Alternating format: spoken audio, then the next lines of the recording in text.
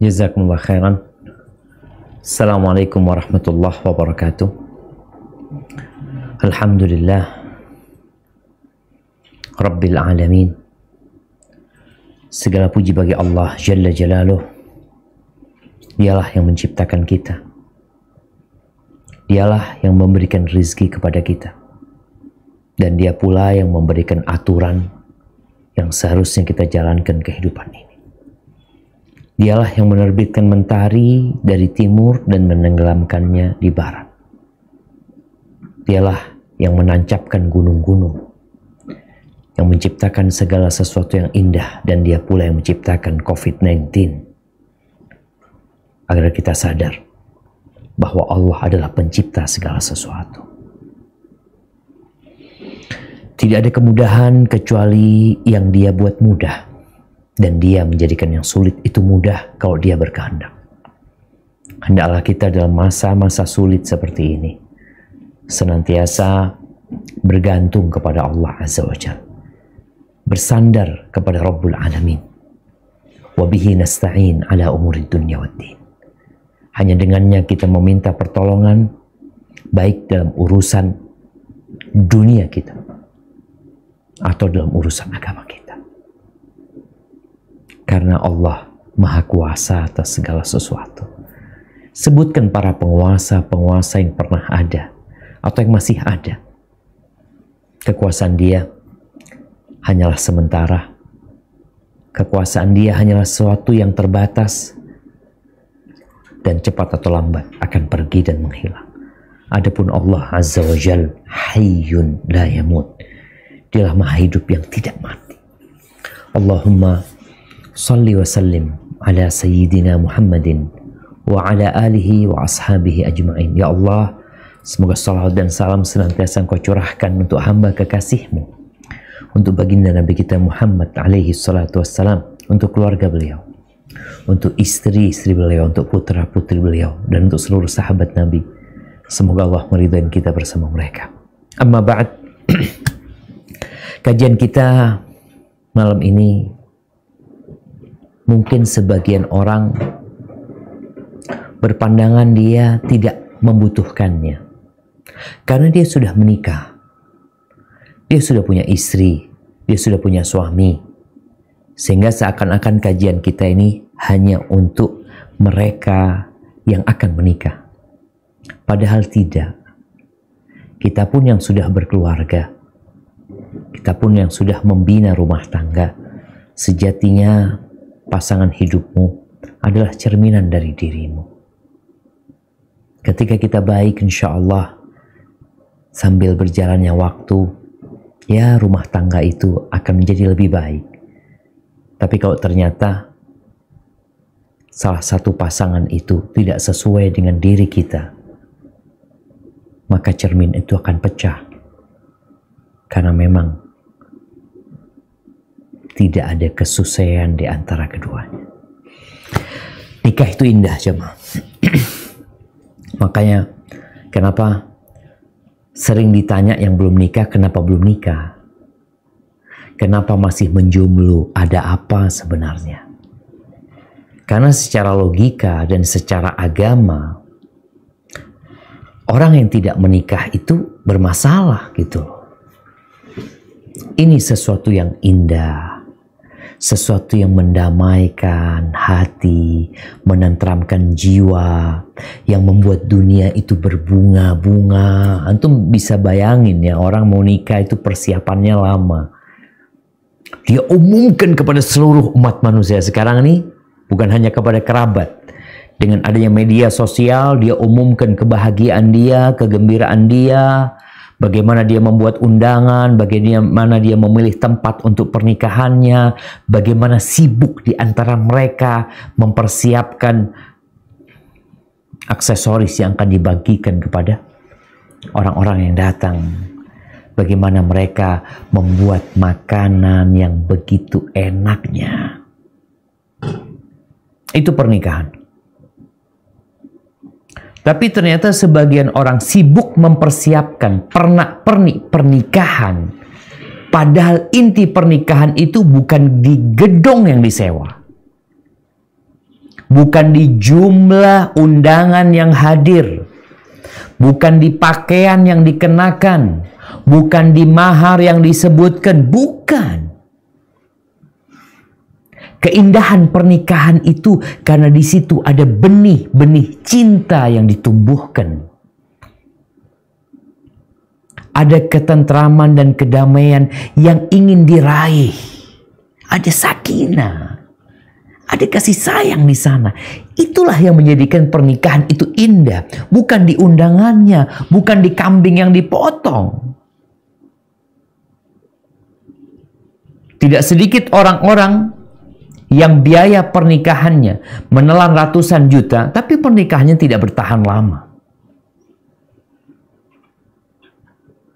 Bahkan pernikahan itu menjadi neraka buat dua keluarga. Hubungan silaturahim putus. Karena banyak orang sibuk memperhatikan pernikahan yang sejatinya tidak diperlukan. Tapi kan boleh aja. Tapi yang penting dari pernikahan itu intinya. Apa gunanya engkau membawa seekor domba yang besar tapi bangkai?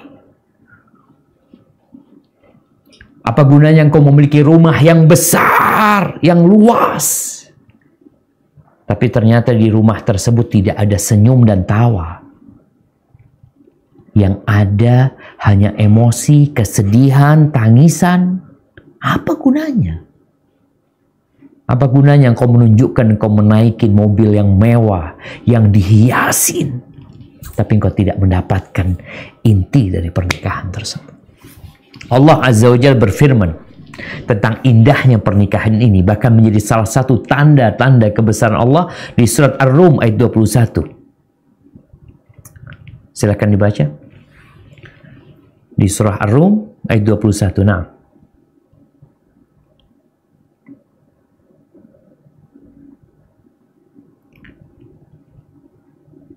Tafadhal. Siapa yang membaca nih? Ustaz.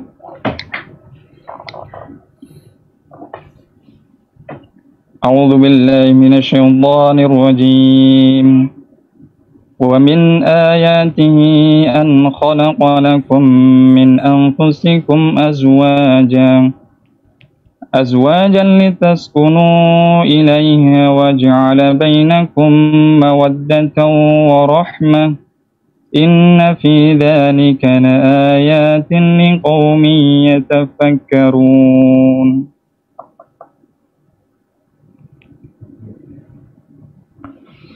Yang artinya, dan di antara tanda-tanda kebesarannya ialah Dia menciptakan pasangan-pasangan untukmu dari jenismu sendiri agar kamu cenderung dan merasa tentram kepadanya, dan Dia menjadikan di antaramu rasa kasih dan sayang.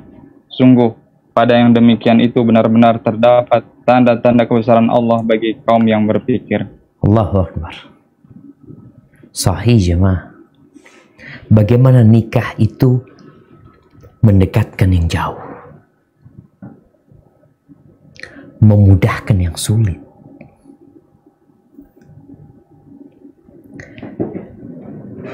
Gunung didaki, lautan diseberangi, segala tantangan dia hadapi untuk meraih cinta dan kehidupan yang penuh dengan kedamaian.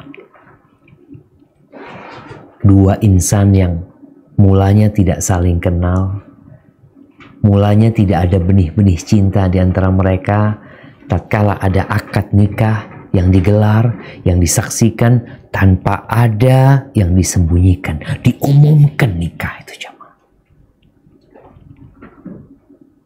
Orang kalau pacaran, orang kalau berzina, sembunyi-sembunyi dia. Tapi orang menikah, satu kampung diundang. Satu kampung dikasih undangan, fadhal. Insyaallah hari Ahad depan anda mau nikah. Tapi ketika engkau melakukan dosa, engkau akan sembunyikan hal itu. Itulah tanda-tanda kebesaran Allah Azza wa Jalla. Betapa indahnya pernikahan dan betapa buruknya perceraian.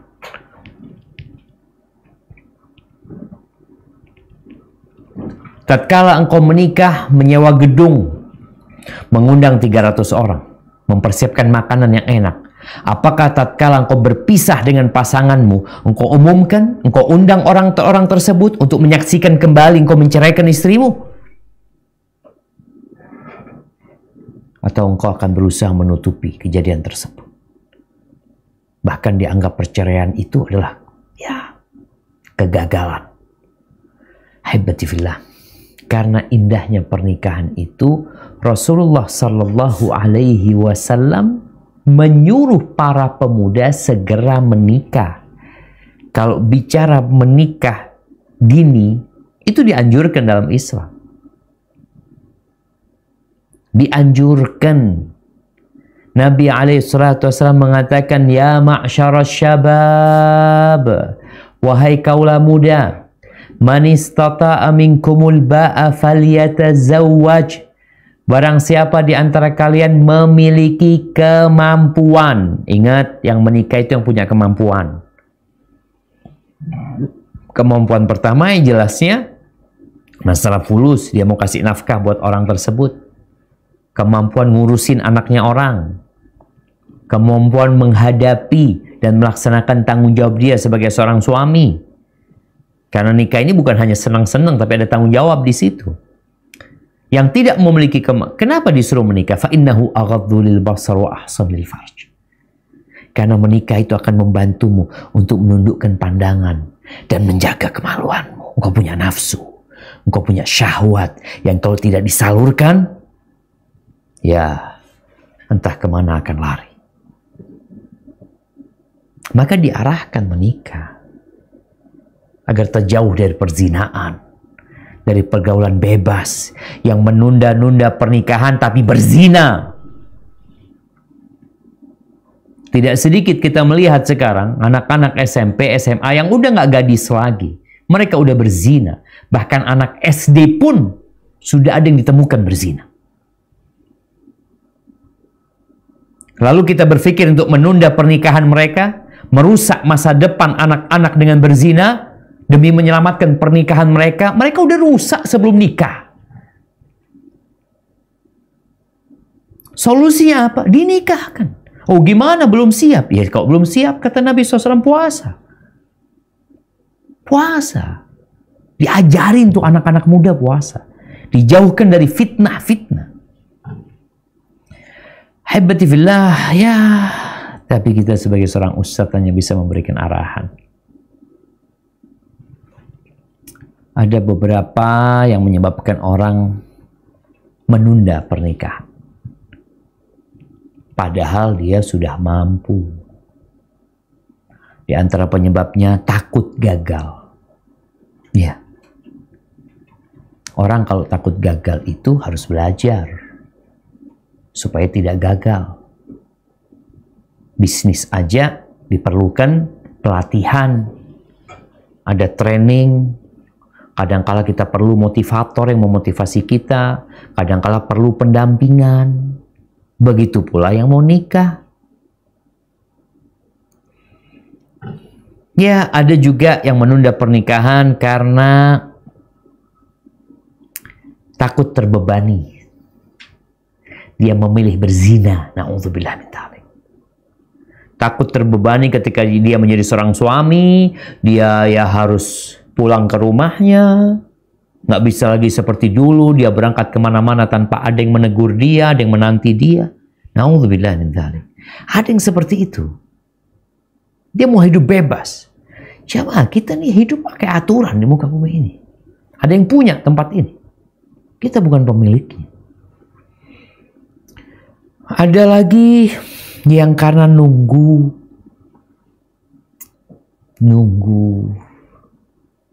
Jadi pegawai. Jadi kalau masih kerjanya wira swasta, kerjanya serabutan, aduh nggak enak lah ini itu. Padahal nggak harus nggak jadi pegawai. Pegawai aja sekarang di PHK.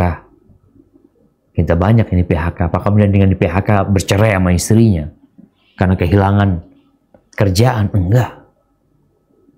Muslim itu harus tetap bekerja walaupun dia dikeluarkan dari tempat kerja. Masih banyak lapangan pekerjaan dan pintu-pintu rezeki di muka bumi. Tapi ada memang yang menunda pernikahan karena urusan kerjaan. Belum Ustaz, anak belum dapat pekerjaan ya, karena masih kuliah ini itu. Kau sudah punya kemampuan. Kau nggak mampu udah kita bicarakan jangan. Ada lagi ya karena tradisi. Di antara tradisi nggak boleh kakak adik melangkahin kakaknya. Ya mau gimana? Nih sang kakak belum kepingin nikah, adiknya udah ngebet nikah. Nih sang kakak belum ada yang melamar, adiknya udah ada yang melamar.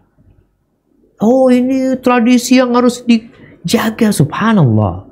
Ketika tradisi itu membuat hidup anak-anakmu merana, melarat, apakah kita akan tetap menjaga tradisi tersebut? Bukankah tujuan tradisi ini adalah untuk menjaga keharmonisan? Tapi kalau ternyata tradisi itu membuat kesusahan dan agama kita tidak menganjurkan seperti itu, segera menikah. Yang datang jodohnya ya tafadhol. Kemudian ya ada yang karena sekolah, karena kuliah ya. Jamaah nggak harus kuliah. Bagi aturan di pemerintah kita belajar berapa tahun? 9 tahun ya masih 9 tahun belajar.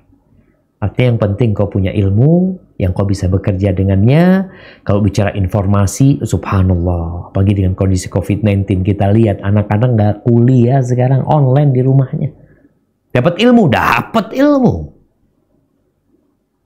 Maka menunda-nunda pernikahan tolong dilihat apa sebabnya. Ada juga yang menunda pernikahan karena dua orang tua menjadi penyebab. Ahibati fillah. Baik, sekarang kita berpikir kalau disampaikan jodoh kita itu adalah cerminan diri kita sendiri. Ya memang kita harus milih. Kita tuh milih. Orang mau kerja itu melamar. Dia bawa lamarannya. Dia lihat tempat ini cocok buat dia. Dia berangkat ke sana, belum tentu diterima dia. Tapi dia memilih yang sesuai dengan diri dia. Namun ada orang-orang yang memilih padahal tempat kerja itu tidak sesuai dengan dia karena terpaksa. Udah nggak ada lagi Ustaz. Anak ini spesialisnya umpamanya IT. Cuma kerja di sini ya sebagai ya penjaga toko. Terus mau gimana? Ya gimana lagi? Ada yang seperti itu. Karena keterpaksaan. Maka ketahuilah engkau tetap harus milih. Ya Rasul Shallallahu Alaihi Wasallam kalau bicara memilih ini buat yang laki-laki. Engkau milih perempuan yang kayak apa? Yang tentunya cantik lah Ustaz. Baik, ya cantik. Kedua, kalau bisa fulus. Kan kita berharap punya istri ya yang nggak ngerepotin kita lah. Udah cantik, fulusnya banyak. Jadi kalau dia mau belanja, mau beli make up nggak ngerepotin kita. Ya mungkin ada yang berpikir seperti itu. Udah cantik, kaya. Kemudian kalau bisa bangsawan Ustaz. Darah biru. Ya anaknya pangeran lah, anaknya raja, anaknya presiden, apalah. Taib. Kemudian yang keempat Ustaz, kalau bisa ya agamanya baik loh Ustaz. Jadi lengkap tuh. Nah, cuma siapa yang mau kayak antum gitu loh. Apakah perempuan yang kayak gitu tuh mau sama antum? Ini yang kita bicara. Engkau harus bercermin. Apakah engkau tampan? Alhamdulillah Ustaz, tampan. Kaya? Kaya. Kemudian anak bangsawan? Iya. Agamamu baik? Masya Allah. Engkau dengan mudah dapat memilih. Ketika engkau memiliki kriteria yang 4 ini. Tapi jarang terkumpul. Oleh karena itu Rasul Sallallahu Alaihi Wasallam ketika mengatakan perempuan dinikahin karena 4 hal itu, lalu beliau menekankan fadfar bidzatid din taribat yadak. Engkau ingin bahagia dengan pernikahanmu. Engkau ingin gembira, mendapatkan rahmat, mendapatkan mawaddah, mendapatkan kasih sayang, mendapatkan surga di rumahmu. Maka Nabi SAW menyebutkan fadfar bidzatid din. Carilah yang agamanya baik. Yang lainnya mudah urusan yang lainnya.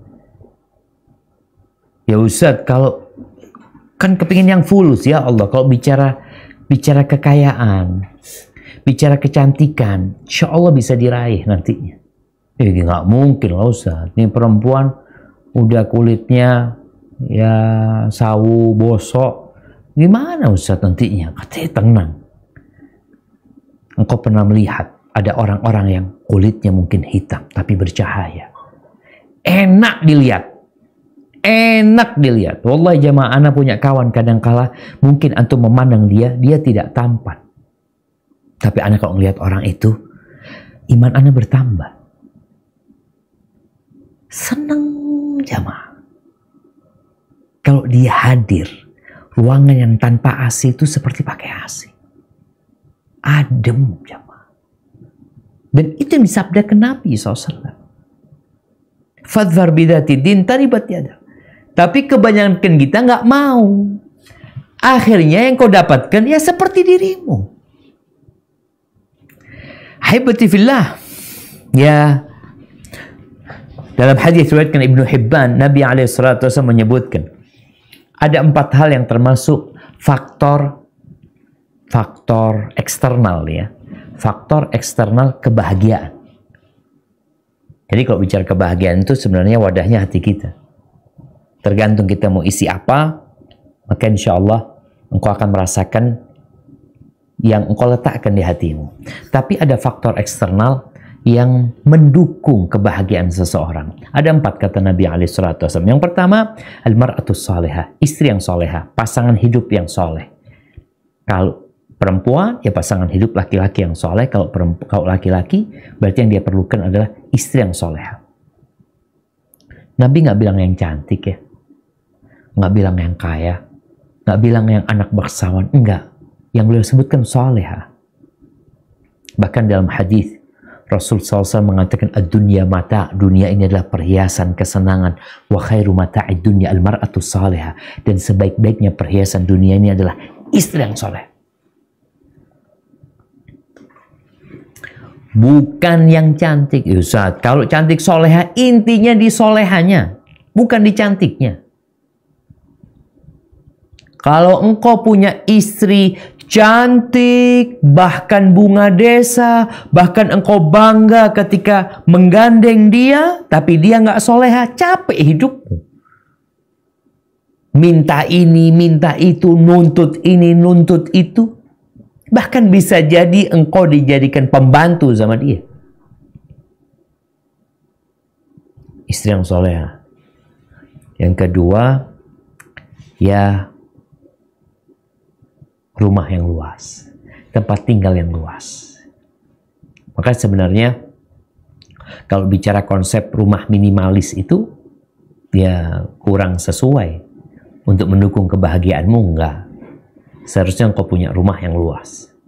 Tinggal orang-orang kan masalahnya bisa punya rumah luas. Tanah di Indonesia ini banyak yang kosong, tapi engkau ingin tempat di tengah-tengah kota kadangkala. Maka Nabi SAW menyebutkan rumah yang luas.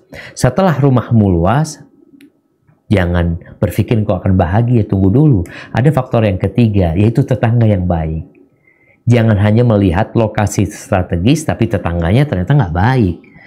Jadi punya istri soleha, rumahnya luas, tetangganya baik, dan punya kendaraan yang nyaman. Udah bahagia tuh jamaah. Nggak harus kendaraan yang mewah, nggak.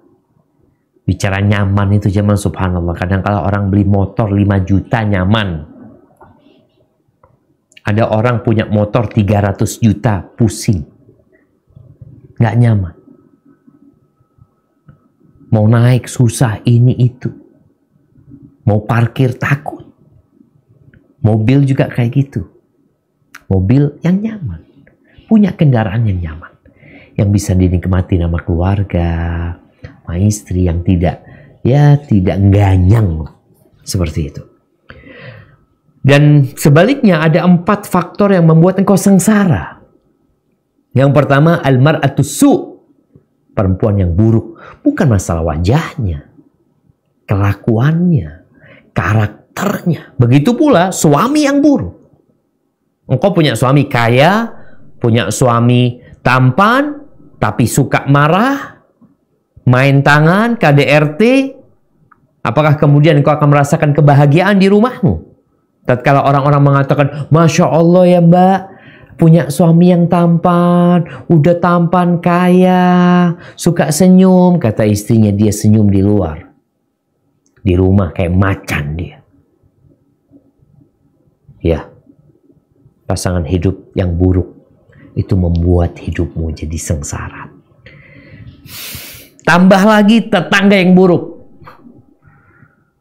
Udah pasangan hidup buruk, tetangganya nggak bener, tambah lagi rumah yang sempit. Minimalis ribut sama suami, mau kabur kemana nih?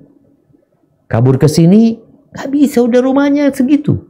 Tapi kalau rumahnya luas, ada banyak kamarnya, insya Allah dia bisa menyelamatkan diri mungkin dari kekejaman pasangan hidupnya. Yang keempat, kendaraan yang buruk. Ini bayangin ya, kalau seorang laki-laki punya istri, sarapan nggak disiapin sama istrinya. Mau berangkat kerja ribut. Keluar rumah tetangganya lagi ngegas motornya. Allahu Akbar. Dia mau ngidupin motornya sendiri nggak hidup.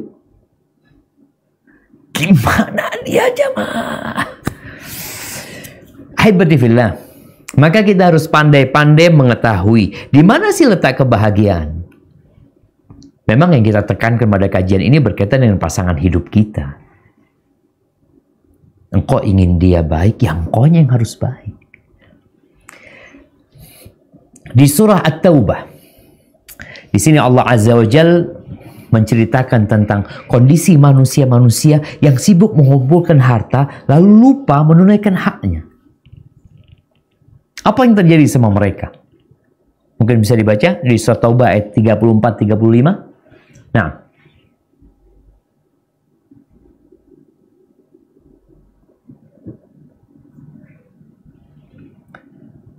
تفضل. أعوذ بالله من الشيطان الرجيم. يا أيها الذين آمنوا إن كثيرا من الأحبار والرهبان ليأكلون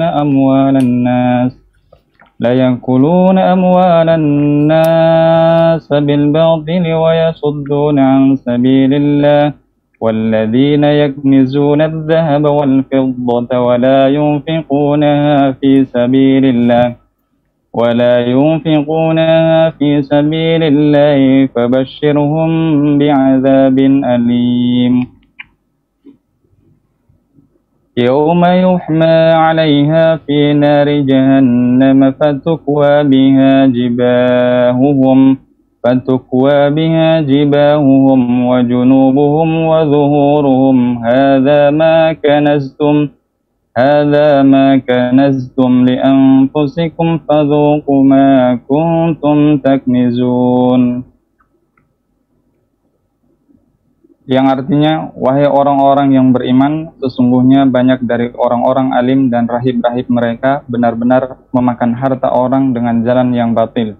Dan mereka menghalang-halangi manusia dari jalan Allah, dan orang-orang yang menyimpan emas dan perak dan tidak menginfakkannya di jalan Allah, maka berikanlah kabar gembira kepada mereka bahwa mereka akan mendapat azab yang pedih.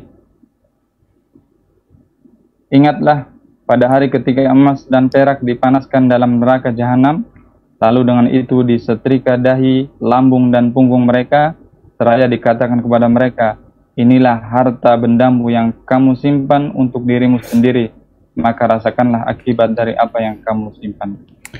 Barakallahu fikum. Ketika turun ayat ini jemaah, ayat menjadi peringatan dan ancaman buat mereka yang sibuk menumpuk harta. Mau dibuat apa tuh harta? Mau dikemanain? Apalagi dengan cara yang batil. Para sahabat takut.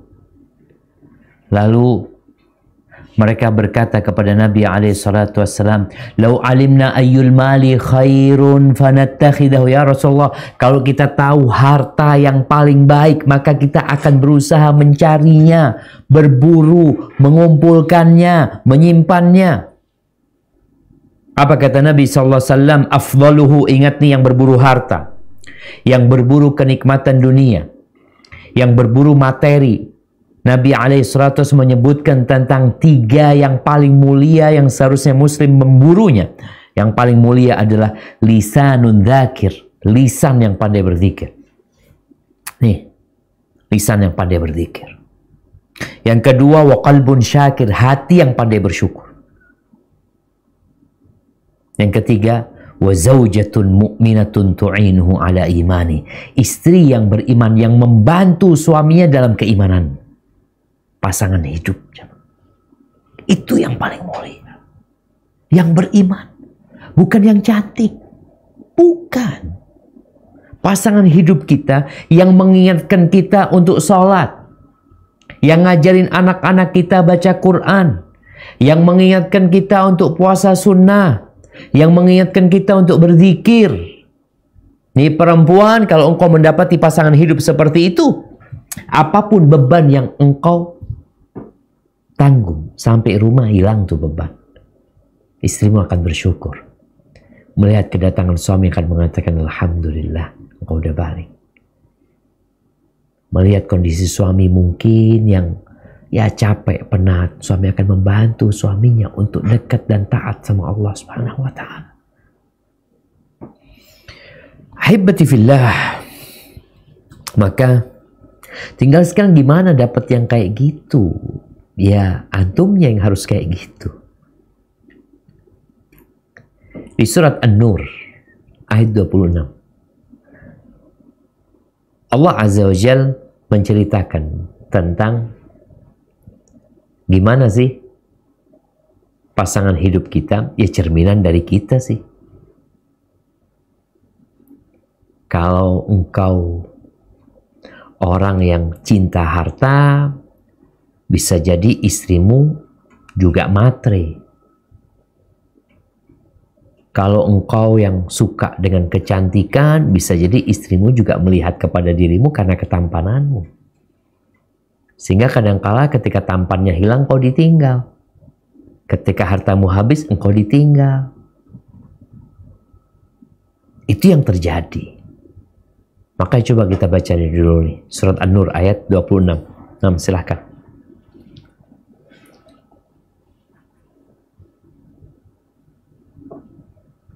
أعوذ بالله من الشيطان الرجيم الخبيثات للخبيثين والخبيثون للخبيثات والطيبات للطيبين والطيبون للطيبات أولئك مبرؤون مما يقولون لهم مغفرة ورزق كريم. Artinya, perempuan-perempuan yang keji itu untuk laki-laki yang keji, dan laki-laki yang keji untuk perempuan-perempuan yang keji pula. Sedangkan perempuan-perempuan yang baik untuk laki-laki yang baik, dan laki-laki yang baik untuk perempuan-perempuan yang baik pula. Mereka itu bersih dari apa yang dituduhkan orang, mereka memperoleh ampunan dan rezeki yang mulia, yakni surga. Barakallahu fikum. Nah, ayat ini memiliki 2 makna. Makna yang pertama seperti yang kita baca di artinya tadi. Makna yang kedua adalah kalimat-kalimat yang buruk itu, perbuatan-perbuatan yang keji itu, yang lebih pantas melakukannya adalah orang-orang yang buruk. Dan orang-orang yang buruk itu lebih pantas dengan ucapan dan perbuatan-perbuatan yang keji. Sebaliknya, kata-kata yang baik, perbuatan yang suci, yang paling pantas mengamalkannya adalah orang-orang yang baik. Dan sebaliknya, orang-orang yang baik, ya, dia akan senantiasa mengucapkan dan melakukan perbuatan-perbuatan yang baik. Ahibbati fillah, tinggal sekarang bagaimana kehidupan kita. Kalau antum suka ngomong buruk, ngomong jelek, berarti antum bukan orang baik ya. Ada orang yang suka membuli, suka mencaci, suka memaki. Ini orang nggak baik. Biasanya ntar dapat istri kayak gitu nantinya. Tapi orang yang Masya Allah, yang sejak awal dia menjaga lisannya, tentunya dia berharap dapat istri yang sama kayak dia. Maka di sini pentingnya niat sekarang untuk mendapatkan pasangan yang baik. Karena orang buruk itu jamaah, orang buruk itu tetap ingin istri yang baik. Ini pernah ada kejadian. Ada seorang laki-laki yang, kalau laki-laki merusak istrinya orang itu apa namanya? Pelakor. Bukan, pelakor itu laki-laki yang mengambil istrinya orang, itu apa namanya? Pebinor. Perusak bini orang. Kalau pelakor, perusak laki orang. Nah, ini ada laki-laki godain perempuan, ya, masya Allah, dia, na'udzubillah min syarrih, ya, dia godain perempuan, akhirnya sampai perempuan ini melakukan kemaksiatan, mungkin perzinaan sama laki-laki ini, sehingga dia gugat cerai sama suaminya dengan harapan dia ingin menikahin laki-laki yang dia anggap lebih baik dari suaminya, ya, yang dia anggap lebih romantis, macam-macam lah. Biasanya pebinor kayak gitu kerjaannya. Ketika terjadi perceraian, si perempuan ini menuntut laki-laki itu untuk menikahinya. Apa kata laki-laki ini? Aku kalau mau nikah, aku nggak akan cari perempuan kayak engkau. Nggak akan mencari perempuan yang berkhianat kepada suaminya. Ya, itu keinginan. Tapi apakah itu tercapai? Wallahu a'lam bishawab. Saya biasanya kalau dia akhirnya menikah dengan mungkin wanita yang baik, ya, dalam perjalanan, kalau dia nggak bertobat, biasanya pernikahan itu tidak berlangsung lama. Dan seperti itu, hati-hati ketika memilih pasangan hidup. Ada kisahnya. Ini kisah tentang seorang tabi'ut tabi'in, Sufyan bin Uyainah. Dia bercerita ada seorang laki-laki yang datang menyumpahin alim ulama ini, Sufyan bin Uyainah. Lalu dia mengatakan, wahai Abu Muhammad, aku kesini mau mengadukan fulana. Siapa fulana ini? Istriku sendiri. Tuh, kenapa? Kata dia. Ya aku ini kalau kok betapa hinanya aku di hadapan istriku sendiri. Suami yang seharusnya jadi pemimpin, dia komandan di rumah, ada suami-suami yang di depan istrinya terhinakan. Akhirnya Ibnu Uyainah ini diam, jamaah, merenungkan pertanyaan orang ini. Lalu dia bertanya kepada orang ini, apakah engkau menikahin dia karena kehormatan?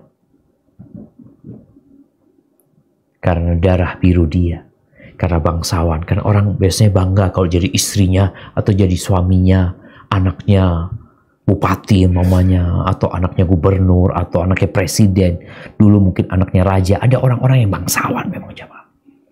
Apakah ketika engkau nikah, memang engkau berharap engkau semakin terhormat dengan menikahin perempuan tersebut? Apa kata penanya ini? Betul. Nih, awalnya dia nikah memang mencari perempuan supaya dia jadi terhormat. Lalu apa kata Ibn Uyainah? Barang siapa yang menikah karena menginginkan kehormatan, maka yang dia akan dapatkan kehinaan. Ternyata istrimu ini juga sama. Engkau kan ingin kehormatan, engkau dapat istri yang ingin dihormatin. Malah dia menginjak-injak dirimu. Karena engkau memang seperti itu. Kemudian barang siapa yang menikah karena mencari harta, maka dia akan jatuh miskin. Dia menikah karena ngelihat soal istrinya kaya, dia matre nih, dapat istri yang lebih matre. Itu cerminan dirimu. Kemudian barang siapa yang menikah karena agamanya, maka Allah akan kumpulkan untuk dia harta dan kehormatan di samping agama. Kemudian Sufyan bercerita pengalaman nih dia. Kata dia, aku nih 4 bersaudara. Ada Muhammad, Imran, dan Ibrahim. Dan aku. Muhammad itu yang paling besar, Imran yang terakhir.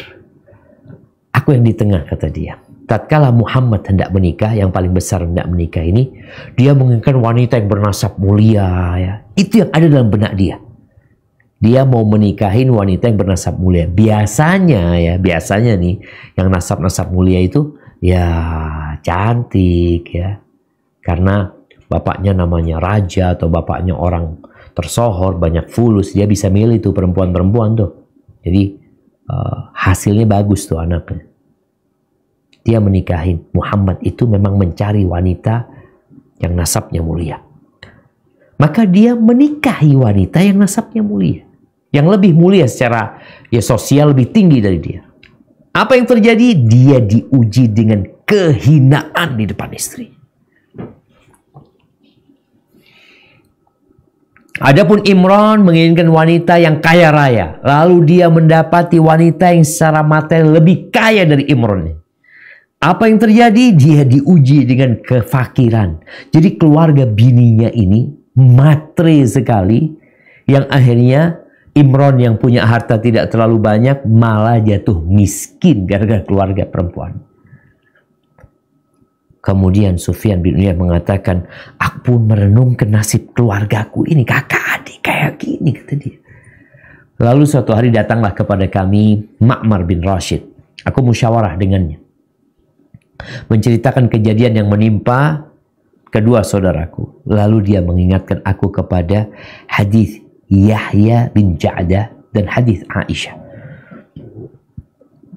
Yahya bin Ja'dah meriwayatkan bahwa Nabi SAW mengatakan perempuan dinikahin karena 4 hal. Limaliha wa jamaliha wa hasabiha wa diniha. Dan Nabi mengatakan, hendaklah engkau mencari, mendapatkan wanita yang baik agamanya, engkau akan beruntung. Ini yang pertama. Adapun hadis Aisyah radhiyallahu ta'ala anha, Nabi SAW mengatakan, a'zamun nisa'i barakatan aisaruhunna mu'nah. Wanita yang paling banyak berkahnya adalah yang paling ringan maharnya. Lalu kata Sufyan, atas dasar itu aku memilih untuk diriku wanita yang baik agamanya, ringan biayanya, dalam rangka mengamalkan sunnah Nabi Muhammad SAW. Dan Allah pun mengumpulkan buat aku martabat, harta, dan agama. Dia mendapatkan keindahan tersebut. Maka hendaklah kita hati-hati. Perempuan-perempuan yang cantik, biasanya dia itu mencari laki-laki bukan yang cantik, bukan yang tampan, yang fulus. Laki-laki yang fulus biasanya akan cari perempuan yang cantik. Jadi perempuan ini membeli harta suami dengan kecantikannya, dan sang suami membeli kecantikan suami dengan hartanya. Sama jemaah, sama-sama duniawi. Itu cerminan pasangan hidupmu. Kalau kemudian kau berharap sakinah, mawaddah, dan rahmah, sebenarnya apa itu tujuan pernikahanmu? Kalau bicara semua orang, ya iyalah kita ingin sakinah, mawaddah, dan rahmah.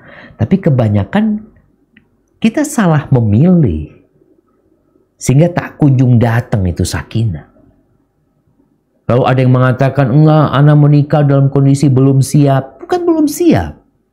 Engkau salah langkah, salah memilih. Itu pasangan hidupmu sama kayak engkau sebenarnya. Kecuali kondisi-kondisi yang Allah memang menguji hambanya. Tapi secara umum, seperti yang tadi kita baca di surat An-Nur ayat 26. Bahwa Allah Azza wa Jalla mengatakan, Al-khabithatu lil-khabithin. Yang buruk itu perempuan yang buruk untuk laki-laki yang buruk. Wal-khabithun lil-khabithat. Wal-khabithu, yang buruk untuk perempuan yang buruk. Maka tatkala engkau ingin, nih perempuan nih, kalau kita bicara perempuan, engkau ingin dapat suami yang baik, perbaiki dirimu. Perbaiki hubunganmu sama Allah Subhanahu wa Ta'ala. Jangan merusak dirimu. Karena ada orang tua melihat anaknya ini, kok dia belum punya pasangan. Akhirnya ini anak disuruh keluar, ya, disuruh cari pasangan. Dia dapat pasangan yang sama kayak dia. Tapi tatkala wanita ini menjaga kehormatan dirinya, dia melaksanakan perintah Allah Azza wa Jalla, Allah akan kirim orang-orang baik yang melamar dia, insya Allah. Begitu pula laki-laki. Kalau engkau laki-laki yang baik, menjaga kehormatan saudaramu, menjaga dirimu dari perbuatan dosa, insya Allah perempuan yang kau pinang, ya Ya karena kau orang baik, carinya terus untuk orang baik. Tapi jadi masalah, ada orang baik yang dalam benak dia, ana mau cari perempuan Ustaz, yang cantik Ustaz, yang kaya. Agamanya gampang Ustaz. Kan ana bisa memperbaiki dia nanti insya Allah. Ternyata bukan dia memperbaiki istrinya, dia yang dirusak sama istri. Karena dia udah salah memilih. Artinya dia bukan baik sehingga dapat istri yang gak baik pula. Semoga kita semakin cerdaslah dalam menentukan pasangan hidup kita. Dan kalau ternyata engkau salah memilih, segera bertobat kepada Allah Azza wa Jalla, memohon agar Allah mengampuni dosa-dosamu dan merubah pasangan hidupmu untuk jadi lebih baik. Karena sejatinya manusia masih ada harapan untuk berubah. Barakallahu fikum. Ana rasa itu yang bisa Anda sampaikan pada kesempatan kali ini. Mungkin kita masuk ke sesi tanya jawab. Nah, Anda persilahkan.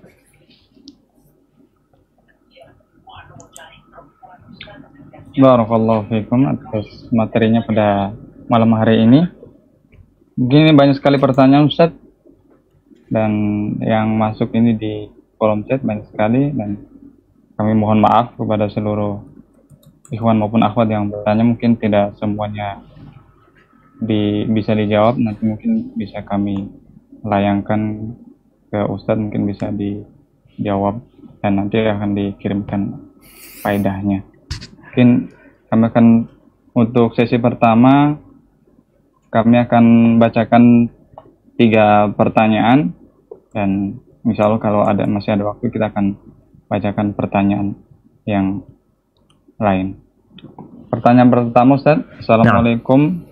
Waalaikumsalam warahmatullahi wabarakatuh. Mohon bagaimana seseorang atau bagaimana seorang laki-laki bisa disebut siap atau mampu untuk menikah Ustaz? Jazakumullah khairan. Barakallahu fikum. Kalau dikatakan gimana antum bisa mengetahui diri antum siap atau tidak, ketahuilah bahwa saya menikah itu memerlukan harta. Engkau memiliki kewajiban untuk memberikan nafkah kepada istrimu. Ini syarat pertama. Karena ada laki-laki yang mau nikah tapi ngerepotin orang tuanya. Anak sering kasih nasihat buat anak-anak muda ya. Ketika dia mau menikah tapi orang tuanya tidak setuju. Kenapa? Ternyata dia belum mampu. Tapi gimana Ustaz? Anak takut fitnah ya. Puasa solusinya. Nabi udah kasih solusi. Yang mampu secara finansial, hendaklah dia menikah. Kemudian kalau bicara kemampuan yang kedua, kemampuan secara ilmu. Karena menikah ini bergabungnya 2 insan yang tidak saling mengenal, yang mereka memiliki karakter yang berbeda, memiliki kelebihan dan kekurangan. Ketika seorang menikah, modal harta tapi kesiapan ilmu kurang, kadangkala ya nggak lama pernikahan tersebut. Maka Rasul SAW bagaimana mengarahkan orang-orang yang menikah ini untuk siap. Kasih tahu. Kata Nabi SAW, Allah juga memberikan arahan dalam Al-Quranul Karim, wa'ashiruhunna bil ma'ruf, pergaulilah istri-istri kalian dengan cara yang baik. Fa'in karihtumuhunna, kalau engkau benci sama istrimu, apakah diceraikan? Tunggu dulu, sabar. Bisa jadi yang kau benci di balik itu ada kebaikan yang banyak. Maka tatkala seorang memiliki kemampuan secara finansial, maka kemampuan itu seharusnya mengantarkan dia untuk mempelajari gimana nih nikah ini sebenarnya sih. Kita itu mau kerja di sebuah perusahaan, ngelamar itu pakai ijazah, kuliahnya 4 tahun. Masa ngelamar anaknya orang cuma pakai fulus, nggak pakai ilmu? Padahal di situ ada banyak tugas-tugas, kewajiban-kewajiban yang harus dilakukan. Maka di sini, kalau memang seorang sudah punya kemampuan, segera belajar. Karena memang menuntut ilmu itu kewajiban buat setiap muslim. Ketika engkau mau nikah, wajib buat engkau untuk belajar tentang ilmu pernikahan. Apa yang boleh, apa yang nggak boleh, apa hak istrimu, apa kewajibanmu, dipelajarin nih. Ini yang kedua. Yang ketiga, ya kesiapan untuk menghadapi masalah. Karena banyak orang menikah pikirannya dia, aduh malam pertama indah ini itu ya. Tapi engkau harus siap dengan kondisi-kondisi di mana seorang suami harus pandai mengatur konflik, ada dua rumah yang bergabung, dia punya mertua, istri juga punya mertua, yang mana dia harus mempelajari hal itu. Hadza wallahu a'lam bishawab. Nah,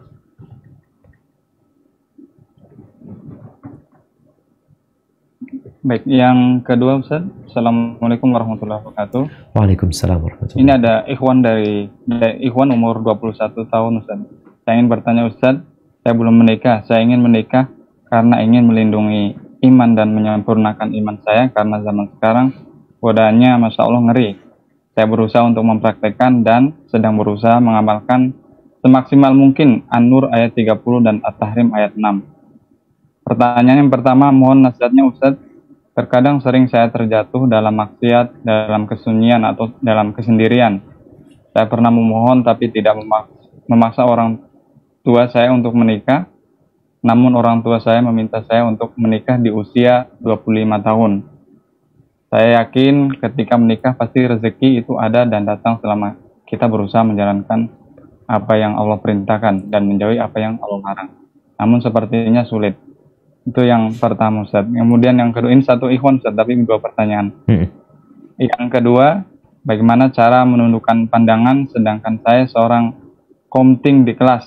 Mungkin ini ketua kelas Ustaz, yang mana kelas saya itu rata-rata akhwat, dan pastinya setiap saya berbicara di depan kelas saya harus menatap. Mungkin itu intinya Ustaz. Barakallahu fikum. Nah, iya jamaah, kalau tadi berbincang tentang dahsyatnya fitnah perempuan di masa sekarang, ya ternyata engkau memang sedang berenang di fitnah tersebut. Engkau sedang berenang tapi ingin nggak basah. Gimana caranya Ustaz? Ana berenang masuk air tapi nggak basah. Bagaimana Ana berada di tengah-tengah api tapi Ana tidak terbakar? Subhanallah. Maka engkau perlu perjuangan yang besar sekali dalam kondisi seperti itu. Ketika seorang tidak mampu bertahan di lingkungan yang seperti itu, karena memang kita diperintahkan untuk menundukkan pandangan, kita diperintahkan untuk menjauhi tempat-tempat fitnah. Hati seorang itu lemah, jamaah. Jangan hanya karena faktor dunia kita mengorbankan agama kita, mengorbankan keimanan kita. Maka Anda jawab pertanyaan yang kedua dulu. Bagaimana seorang muslim menundukkan pandangannya ketika dia tidak mampu, dia tinggalkan tempat kemaksiatan tersebut. Dia diperintah untuk berpuasa. Tetap dia tundukkan pandangannya ketika berbicara dengan perempuan yang terbuka auratnya, apalagi dia tundukkan pandangannya. Dia alihkan pandangannya kepada yang laki-laki, kepada tempat yang lain, karena yang diperlukan engkau adalah suara sampai kepada mereka. Itu yang diperlukan. Maka hendaklah engkau benar-benar menjaga dirimu. Kalau bicara tadi, ya engkau ingin menikah sekarang tapi mungkin orang tua belum mengizinkan, orang tua ingin engkau menikah umur 25 tahun. Ya karena mungkin kau belum mampu. Kau mau nikah mau ngerepotin orang tua. Pakai hartanya orang tua. Kuliah pakai harta orang tua. Uang saku pakai harta orang tua. Sarapan, makan siang, makan malam pakai harta orang tua. Kemudian kau berpikir untuk menikah. Ngerepotin orang tua lagi. Kapan kau berbakti sama orang tua? Maka ini yang kadang-kala membuat orang tua berpikir anaknya nanti aja nikah. Orang tua tuh ingin anaknya berbakti dulu sama orang tua. Tapi sang anak melihat dia ini kalau enggak terjebak dalam kemaksiatan. Harus segera dia menikah. Iya, memang benar yang dikatakan dia. Dan tadi kita bicarakan bahwasanya belajar, kuliah itu tidak menghalangi orang untuk menikah. Kalau masih ada yang berpikir pernikahan itu membuat orang tidak produktif, subhanallah. Orang-orang tuh semakin produktif ketika dia menikah. Lihat orang-orang yang sukses. Kesuksesan mereka itu lebih besar ketika mereka sudah memiliki istri dan anak-anak. Kalau bicara nuntut ilmu, belajar ini, apakah kalau menikah akhirnya belajarnya nggak konsentrasi? Nggak juga. Lihatlah anak-anak belajar itu berapa jam sih? Di kuliah itu berapa jam dia belajar? 6 jam. 8 jam dia belajar. Sisanya dia punya waktu kalau dia bicara 8 jam belajar. Kayaknya enggak sih. Anggap 6 jam dia belajar. Dia punya waktu 18 jam sisanya. Dia bisa bagi waktu itu untuk bekerja. untuk memberikan nafkah kepada keluarganya, waktu untuk istrinya. Tapi intinya ketika engkau hendak menikah, kita tadi udah bicarakan, pilihlah yang soleha. Tapi gimana engkau akan mendapatkan yang soleh kalau engkau sendiri belum memperbaiki dirimu? Maka berusaha membuktikan kepada orang tua kalau engkau mampu dan engkau akan tetap berbakti sama orang tua dan kuliahmu tetap akan jalan. Insya Allah orang tua bisa memahami hal itu. Kalau orang tua yang paham agama. Tapi bismillah lah. Sambil berdoa memohon kepada Allah Azza wa Jal agar jalanmu dimudahkan olehnya. Hadza wallahu a'lam bishawab. Nah. Kemudian pertanyaan yang ketiga, bagaimana hukumnya menikah dengan ikhwan yang berbeda manhaj? Karena anak sudah beberapa kali berproses dengan ikhwan semanhaj, namun mereka pemilih dan yang bersedia malah yang beda manhaj. Namun mereka apa? Ustaz. Mungkin ini Ustaz, jadi apa namanya menikah dengan yang beda manhaj. Ya, namun mereka kenapa? Dengan beberapa kali berproses dengan ikhwan yang semanhaj, namun mereka pemilih atau mungkin ini kurang jelas juga, namun mereka pemilih dan yang bersedia malah yang namun mereka memilih, artinya nggak cocok lah. Sedia itu yang berbeda manhaj, yang di proses semanhaj, tapi yang bersedia yang berbeda manhaj. Barakallahu fikum. Ya jamaah, ketika kita menikah itu memang harus menyamakan visi dan misi. Karena tatkala di dalam rumah itu visi dan misi berbeda, yang ditakutkan kedamaian itu tidak didapat. Gimana kalau suamimu ke timur, istrimu ke barat? Tiap hari debat. Tiap hari akhirnya harus sarapan, dialog ya. Nanti makan siang debat. Malam hari bikin acara untuk diskusi. Tentunya itu tidak diinginkan. Orang itu ingin menikah yang satu visi dan misi. Maka kalau dikatakan apa yang harus dilakukan seorang perempuan ini? Sabar. Kesabaran itu ada dua. Kesabaran sebelum kau menikah atau engkau mau sabar setelah nikah. Ketika engkau menunggu seorang yang visi dan misinya sama. Atau engkau mengatakan, udahlah ini visi dan misinya nggak sama, tapi mungkin nanti bisa diperbaikin. Nah, kalau bisa, kalau nggak bisa, engkau akan sabarnya lebih lama nanti. Sabar menunggu ini mungkin akan lebih baik. Terus kalau dikatakan tadi, ya karena ada ikhwan-ikhwan yang secara visi misi, ya secara pemikiran dalam beragama itu sama, tapi dia memilih, ya memang memilih orang menikah. Ada juga mereka mungkin yang melihat nanti dari sisi wajah, mungkin buat dia nggak pas ya. Maka nasihat anak, nanti bersabar daripada nanti harus ribut ketika rumah tangga itu sudah dijalanin. Namun nanti juga bisa melihat ada orang-orang yang mau belajar agama. Ada orang yang memang sedang mencari kebenaran. Karena kita melihat ada orang-orang yang pemikirannya liberal. Dia udah nggak peduli sama agama. Bahkan agama buat dia merusak. Sampai ada seorang perempuan, itu suaminya nggak suka ngeliat istrinya pakai jilbab. Nggak suka istrinya datang kajian. Akhirnya ribut nih. Maka lebih baik engkau berhati-hati di awal, bersabar, daripada nanti di tengah putus. Itu yang lebih baik. Hadza wallahu a'lam bishawab. Nah. Baik, ini yang pertanyaan yang ketiga. Assalamualaikum Ustaz. Waalaikumsalam warahmatullahi wabarakatuh. Dan Ana mencintai seorang akhwat secara diam-diam. Ana tidak pernah berhubungan dengan dia lewat medsos. Ana hanya tahu kabar dia melalui temannya Ustaz. Sudah 6 tahun lebih Ana memendam rasa ini sendirian karena Ana tidak ingin melewati jalur yang haram, yakni pacaran. Akhwat ini sangat baik dan akhlaknya menurut Ana dan teman-teman Ana. Kadang Ana ingin datang melamar ke rumahnya, yang ada di luar kota, namun Ana belum memiliki cukup modal untuk hal itu. Dan selama 6 tahun, alhamdulillah Ana mampu menghindari maksiat seperti pacaran dan sebagainya, dikarenakan Ana ingin menjaga hati Ana dan diri Ana hanya untuk dia, Ustadz. Apakah yang Ana lakukan ini benar menurut Islam? Mohon nasihatnya, Ustadz. Lalu apa yang harus Ana tempuh selanjutnya? Assalamualaikum. Waalaikumsalam warahmatullahi wabarakatuh. Nabi SAW mengatakan, lam yura lil mutahabbaini mithlun nikah. Tidak pernah dilihat dua orang yang memadu cinta, yang saling mencintai, yang kemudian berakhir dengan pernikahan. Itu sesuatu yang indah sekali, jemaah. Jadi memang memadu cinta dan kasih itu dengan pernikahan. Kalau tadi antum sebutkan memendam cinta kepada dia, ya boleh-boleh aja engkau mencintai seseorang karena akhlaknya, karena baik dia, dan engkau ingin menikahin dia. Nah, tapi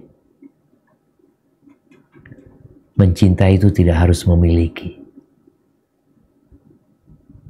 Karena antum harus siap. Belum tentu perempuan itu jodoh antum. Terus gimana Ustaz tetap cinta? Ya nggak masalah. Selama cinta itu tidak mengantarkan antum untuk melakukan kemaksiatan dan antum bisa menjaga. Maka nasihat ana buat antum, ketika memang antum berniat untuk menikahin dia dengan cinta yang sudah terpendam selama 6 tahun, antum jumpain orang tuanya. Minta dia. Ya Ustaz, modal belum cukup. Ya nanti modalnya ditambah. Ada orang di awal itu modalnya modal dengkul. Tapi nanti dalam perjalanan ketika dia punya mertua yang memang dia tahu keluarganya keluarga baik dan dia tahu antum orang baik, insya Allah Allah mudahkan.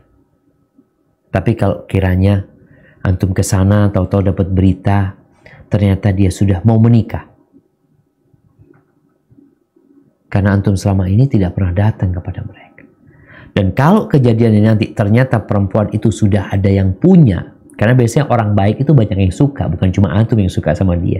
Bisa jadi tuh perempuan ada 10 laki-laki yang mencintai dia, yang memendam cinta. Ada yang mungkin 3 tahun, 4 tahun, antum yang 6 tahun.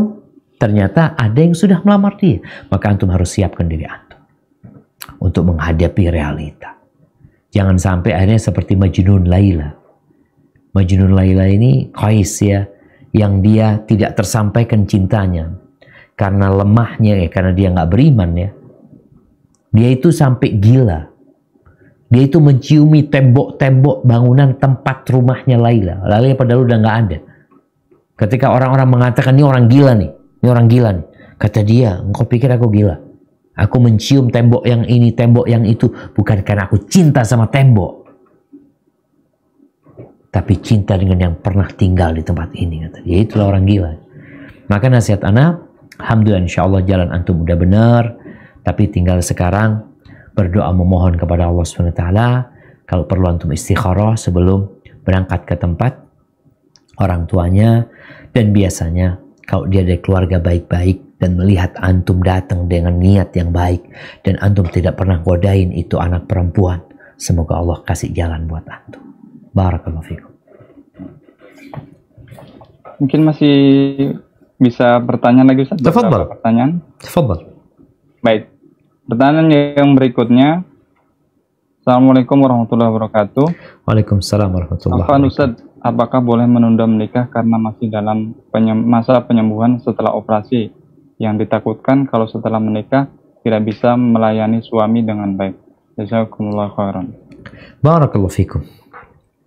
Nah, jamaah, berkaitan dengan menikah, memang ingat semua harus ada keterbukaan. Tidak boleh ada hal-hal yang disembunyikan yang itu akan berdampak kepada pernikahan. Ketika ada aib di diri kita yang perlu suami tahu, sampaikan kepada suami. Begitu pula seorang laki-laki, kalau ada aib di diri dia yang perlu disampaikan kepada istri, sampaikan kepada istri. Karena jangan sampai salah satu pasangan ini merasa tertipu. Kalau dikatakan tadi si perempuan ini habis operasi, kemudian dia ingin menunda pernikahan dia karena takut tidak melayani suami, ada dua yang bisa dia lakukan. Kalau ternyata calon suaminya itu mau menerima dia dengan kondisi seperti itu, ahlan wa sahlan. Tapi kalau dia nggak siap, ya ditunda, nggak ada masalah. Karena memang laki-laki ini kadang-kadang jamaah, Masya Allah ya. Kalau Anda lihat ya perempuan-perempuan ini semoga pahalanya besar di sisi Allah SWT. Biasanya perempuan tuh kalau mau lahiran ya, dikembalikan ke ibunya. Biar diurusin sama emaknya tuh. Nanti udah 40 hari diboyong tuh. Fotol, jazakallah khair, makasih mertua, udah dibenerin anak punya bini, udah dijagain. Disinilah banyak menantu-menantu yang kurang berbakti sama mertuanya, kurang respect sama mertuanya. Padahal tuh bini dia, anak dia 40 hari dirawat sama mertua. Engkau balikin. Kayak mobil nih, habis turun mesin, ditaruh di sana, udah dinaikin mesinnya, udah enak tinggal starter, bawa lagi dari bengkel. Maka kalau memang sang suami siap menerima kondisimu, ahlan wa sahlan. Kalau enggak, ya ditunda, nggak ada masalah. Hadza wallahu a'lam bishawab. Nah. Mungkin dua lagi pertanyaan, Ustaz. Sebenarnya masih banyak. 5 lagi. 5 lagi pertanyaan. Nah, Ustaz. Kemudian yang berikutnya, Bismillah, afwan Ustaz, Ana sudah siap menikah dan juga sudah punya finansial. Namun orang tua Ana inginnya anak menikah harus ada rumah dulu. Kalau Ana melanggar, apakah Ana berdosa, Ustaz? Allahu Akbar jamaah. Ya, di sini banyak persyaratan-persyaratan yang dibuat sama orang tua yang akhirnya memberatkan hidup anaknya. Maka anak tetap harus berbakti sama orang tuanya. Bagaimana dia memahamkan orang tuanya? Kalau bicara rumah, insya Allah sambil jalan. Seperti itu. Berapa banyak orang-orang menikah nggak punya rumah. Jadi sang anak perlu memahamkan orang tuanya. Ya nanti setelah itu, dia lihat kalau dia bisa memang ya bisa segera punya rumah, alhamdulillah. Tapi kalau enggak, padahal pernikahan sudah harus dilaksanakan, bismillah antum minta keridhaan orang tua antum. Jamaah, dia subhanallah ya, Ana menikah jangan bicara rumah. Ana menikah fulus nggak punya, ngutang nikah jamaah. Tapi ketika itu ya ada harapan lah, kita berharap kepada Allah SWT memang ada gaji yang bisa kita berikan kepada keluarga kita. Nggak punya apa-apa. Istri kita tuh nggak makan rezeki kita. Ini yang orang tua harus pahami. Ketika seorang bujangan, dia nggak punya rumah, dia nggak punya mobil. Ketika dia menikah, Masya Allah, rumah punya, mobil punya, usaha punya. Kok bisa seperti itu? Seharusnya dengan dia menikah, rezeki dia berkurang. Karena ada orang yang numpang sama dia, yang makan sama dia, yang hidup dari dia. Tapi ternyata istrinya nggak makan rezeki suami. Ini yang perlu difahamkan. Jadi kalau bicara rumah, nggak harus punya rumah. Maka perlu komunikasi sama orang tua ya. Seperti itu. Jadi memang ada orang tua ini yang memaksa anaknya dengan perkara-perkara yang menyusahkan dia. Padahal orang tua seharusnya tidak melakukan itu. Maka para ulama membincangkan tentang orang tua kalau masa anaknya menikah sama fulan. Padahal dia tidak ada keinginan sama fulan. Apakah sang anak boleh menolak? Kalau itu akan berakibat fatal dengan kehidupan dia, boleh dia menolak. Maka orang tua hendaklah engkau berbakti sama anakmu agar anakmu berbakti sama dirimu. Jadi ada orang tua yang membuat anaknya akhirnya gak berbakti sama orang tuanya. Penyebabnya orang tuanya. Hadza wallahu a'lam bishawab, tapi tetaplah berusaha untuk mengambil hati kedua orang tuamu sambil memberikan penjelasan dan semoga Allah memudahkan urusanmu. Hadza wallahu a'lam bishawab. Nah, yang berikutnya, saya sudah bertukar CV tapi belum ta'aruf. Ikhwan meminta untuk langsung nazar saja. Apakah saya langsung menerima nazarnya Ustadz? Dan apakah saya boleh memberitahukan perihal sisi-sisi negatif saat ta'aruf? Iya. Jamaah, ta'aruf itu apa artinya? Ta'aruf itu saling mengenal.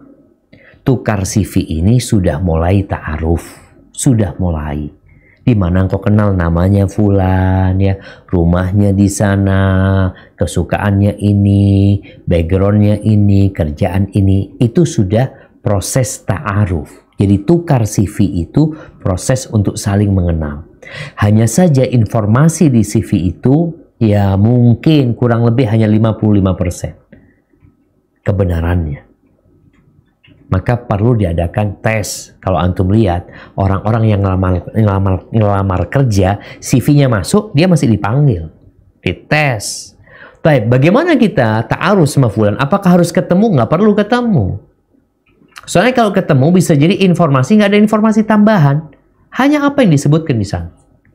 Maka nasihat Ana kepada anti, apakah anti siap menerima laki-laki tersebut setelah membaca CV?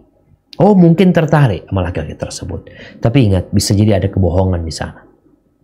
Engkau harus mengenal laki-laki tersebut lewat jalur yang lainnya. Engkau lihat dari luar. Tanya sama kawan-kawannya. Cari tahu tentang agama dan akhlaknya. Setelah engkau berpikir, insya Allah cocok nih. Kemudian dia mau nazar, tafadhal. Karena nanti sudah ada harapan nerima dia. Dan laki-laki tersebut seharusnya juga tadi CV itu tidak dijadikan hal yang utama untuk memahami calon istrinya. Cari pengetahuan tentang istrinya ini. Ketika sudah mantap, baru dia nazar. Karena nazar ini memang untuk orang yang sudah niat mau menikahi dia. Terus kalau pertanyaannya apakah boleh di sana ketika dia datang, dia nazar, kemudian ngobrol ya. Bolehkah kita sebutkan tentang hal-hal yang negatif dari diri kita? Kalau itu diperlukan, nggak masalah. Kalau takut nanti menjadi aib dan suami merasa tertipu, ya perlu disampaikan. Tapi kalau bicara akhlak, memang seharusnya orang tuh tahu akhlak orang lain bukan dari omongan dia, karena bisa jadi omongan dia nggak benar juga gitu. Maka nasihat Ana, cari tahu tentang bagaimana dia sama orang tuanya, bagaimana dia sama kakak adiknya, bagaimana dia sama keponakannya, bagaimana dia sama tetangga-tetangganya, ya, sama kawan-kawannya. Insya Allah itu salah satu yang membantu anti untuk mengetahui akhlak dan karakter dia. Hadza wallahu a'lam bishawab. Yang berikutnya, bismillah izin bertanya Ustaz. Ana disuruh tunggu sama seorang ikhwan namun melalui perantara. Beliau masih sementara sekolah agama di luar daerah Ustaz, dan rencananya akan proses setelah beliau pulang dari belajar di luar daerah. Namun sudah ada yang menawarkan ke akhwat itu Ustaz. Ada ikhwan satu lagi. Ada yang melamar. Apakah yang harus Ana lakukan? Apakah Ana harus menerima ikhwan yang datang atau menunggu yang sedang belajar? Sebab Ana pun lebih condong ke yang belajar Ustaz. Barakallahu fikum. Alhamdulillah. Ini Masya Allah nih akhwat laris nih ya. Masya Allah. Ada banyak yang ngelamar dia. Mudah-mudahan dia wanita yang baik. Maka kalau bicara mana yang lebih harus anti lakukan, anti lihat dua pasangan itu. Mana yang lebih baik dari sisi agama dan akhlak. Kalau ternyata lebih baik yang sedang belajar, maka anti sabar menunggu. Karena yang diharapkan adalah sakinah, mawaddah dan rahmah. Bukan terburu-buru menikah, enggak.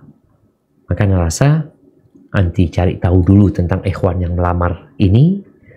Kalau yang itu anti sudah tahu, alhamdulillah. Kalau dilihat ini ternyata ini lebih baik akhlaknya, agamanya juga lebih indah yang ada di diri dia, maka anti sholat istikharah, minta pilihan sama Allah SWT.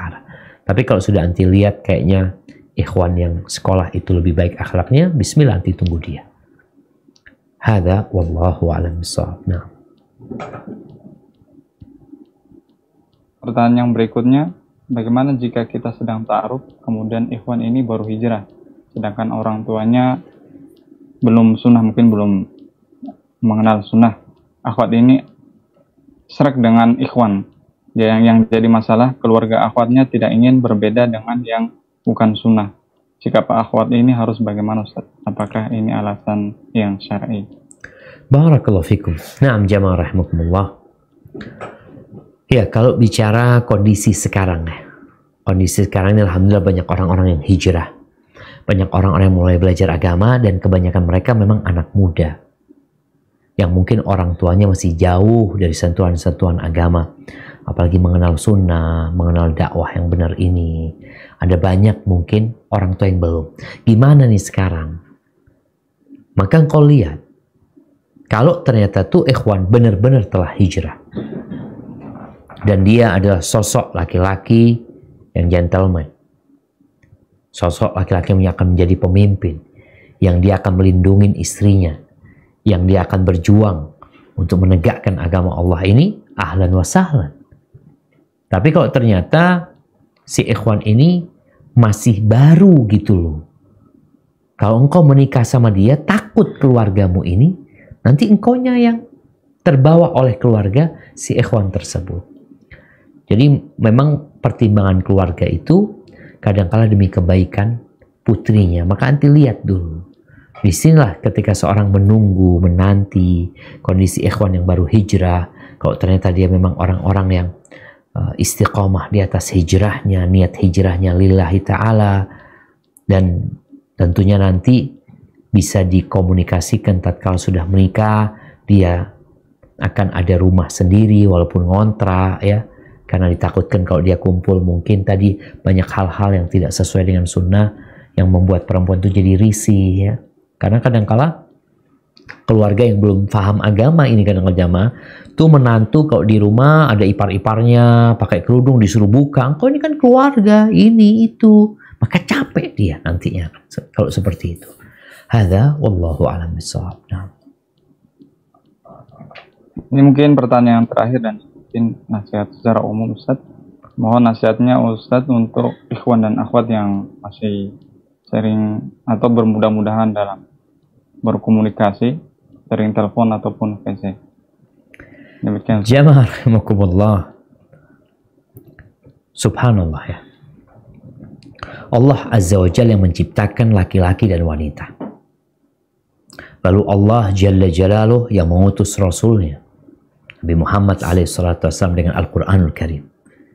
Di situ Allah buat aturan-aturan yang dapat menyelamatkan laki-laki dan wanita. Di antara aturan tersebut adalah berbicara tentang menikah. Aturan di sana juga dilarangnya mereka untuk memandang wanita yang bukan mahramnya, diperintahkan untuk menundukkan pandangannya. Perempuan juga seperti itu. Wanita-wanita dilarang untuk berbicara dengan lemah gemulai ya. Ada banyak tuh aturan yang dibuat oleh Allah SWT demi menyelamatkan dua insan ini. Karena dua insan ini memiliki kewajiban untuk memakmurkan bumi Allah SWT dengan ketaatan. Jadi buat para ikhwan ya, ketika engkau ya tergoda nafsumu untuk berbicara dengan wanita, ketahuilah Allah mendengar. Ma yalfidu min qawlin illa ladaihi raqibun atid. Yang engkau bicarakan, yang engkau omongkan, ada malaikat yang mencatatnya. Kalau memang itu sesuatu yang diperlukan, ya ahlan wa sahlan.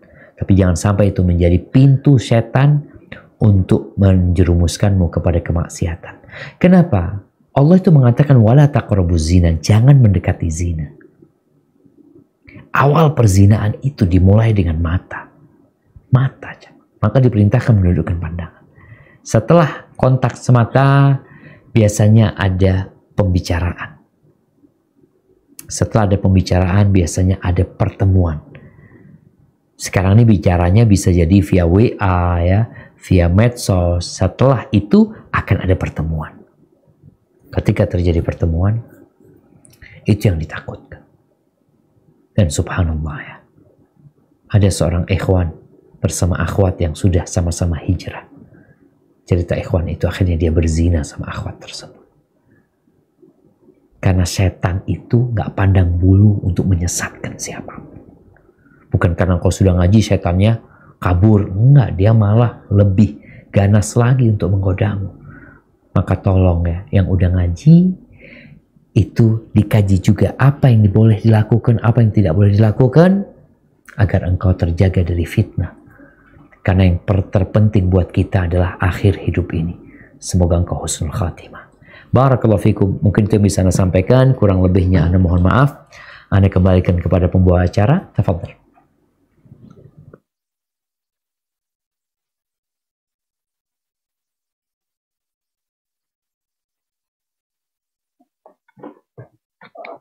kami ucapkan jazakumullah khairan wa barakallahu fikum kepada Ustadz atas materinya pada malam hari ini, sangat menarik. Tentunya ini sebenarnya masih panjang kalau bercerita tentang jodoh, dan banyak sekali pertanyaan-pertanyaan yang masuk. Insya Allah nanti mungkin dari pihak panitia akan mengirimkannya pada Ustadz yang selaku pemateri pada malam hari ini, dan insya Allah bisa di-share faedah-faedahnya. Sekali lagi kami ucapkan jazakumullah khairan, dan semoga Allah Subhanahu wa taala memberikan kepada kita ilmu yang bermanfaat. Semoga Allah Subhanahu wa taala menjaga guru-guru kita, para asatizah dimanapun berada, dan semoga Allah Subhanahu wa taala memberikan taufik kepada kita untuk senantiasa semangat dalam belajar, dalam menuntut ilmu, dan semangat dalam mengamalkannya. Demikian kami ucapkan jazakumullah khairan juga kepada ikhwan dan akhwat yang sempat mengikuti kajian pada malam hari ini, dan semoga kita selalu dalam lindungan Allah Subhanahu wa taala. Demikian untuk kajian kita pada malam hari ini, kita tutup dengan doa kafaratul majlis. Subhanakallahumma bihamdik, asyhadu an la ilaha illa anta, astaghfiruka wa atubu ilaik. Assalamualaikum warahmatullahi wabarakatuh.